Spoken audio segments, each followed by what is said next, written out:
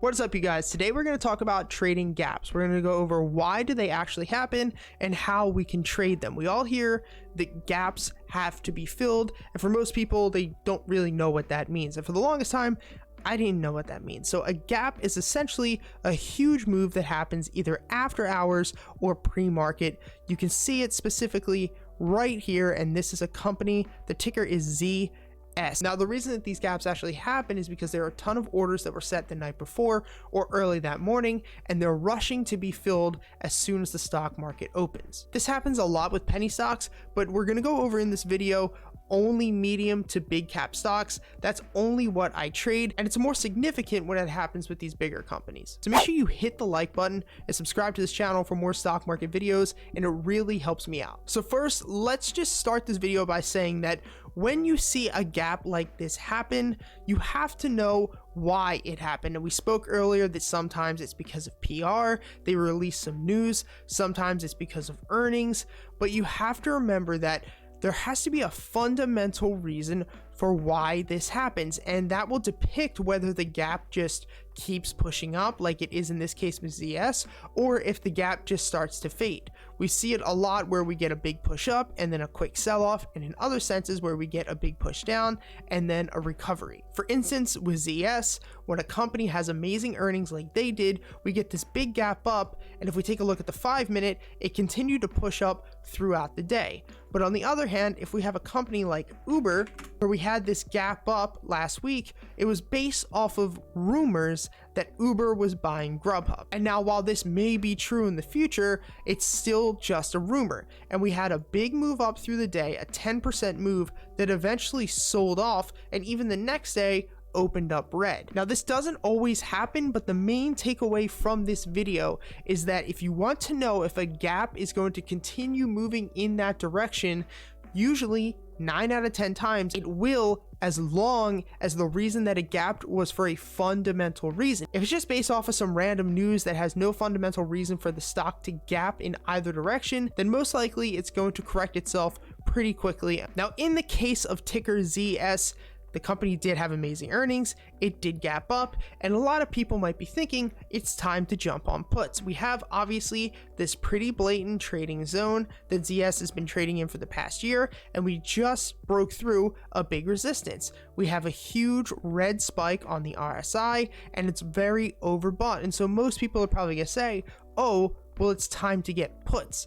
And like I said before, that's not always the case when a fundamental reason is why this gapped up. And now that we're in uncharted territory where this stock has never been, we could run for a very long time, even if it might become unjustified for this to continue to keep moving. The stock market will be irrational much longer than you can hold a position, especially if you're trading options. Now, a big question that I get asked a lot is, when a stock gaps up or gaps down, should I try to go long on it early in the morning?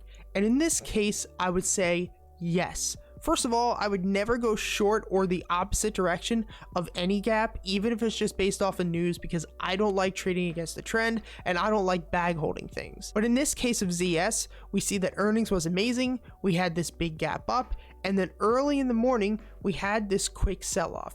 We stabilized, we bounced, and this is usually where I would get in, when we see some point of consolidation. And if you would have entered here and held for the rest of the day, you would have made almost a 6% move. And that's not including if it continues to rip tomorrow when the stock market opens. A good rule of thumb, like I said, is that if something moves fundamentally, we get a push or a fade and consolidation, it's usually a good time to go long in the direction of the gap.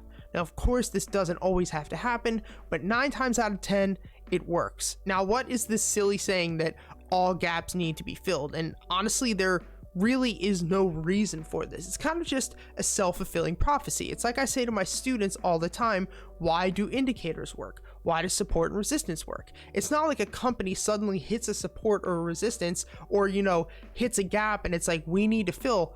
Nothing changes. The reason that all gaps need to be filled is because people believe that to be true, and therefore it becomes a self-fulfilling prophecy over time. And it's weird because it's very accurate. All gaps actually do fill at some point. Now, some people speculate that market makers force the gap to fill, but nothing has really been proven there. As well, if you want to learn more about technical indicators, support, and resistances, I'll put a link to my academy down below. We have over 50 hours of courses and lectures, a private Discord with over 225 students. We go live every single morning when the bell rings, and I go over every single thing that I'm trading. I answer questions, and it's a great program to be a part of if you want to take stock trading seriously. It's only $50 a month, and I will put the link down below. But in short, trading gaps can be very profitable. The main things you want to look for is number one, why did the gap happen? If it happened for a fundamental reason, I wouldn't try to get puts or short it or go the opposite direction.